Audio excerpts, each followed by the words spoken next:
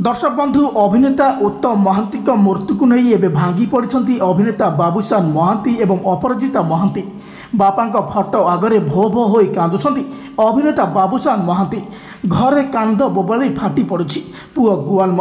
जेजेबापा को बहुत खोजुंट आती समय आज हॉलीवुड सुपरस्टार अनुभव महांती एवं वर्षा प्रियदर्शिनी बाबूशान महांती घर को आई आउ बाबूशान महांती एवं अपराजिता सहित बसी किसी कथा होइछंती एवं उत्तम महांती फटो पाखे बसी दुख प्रकाश करिछंती। अभिनेता अनुभव महांती उत्तम महांती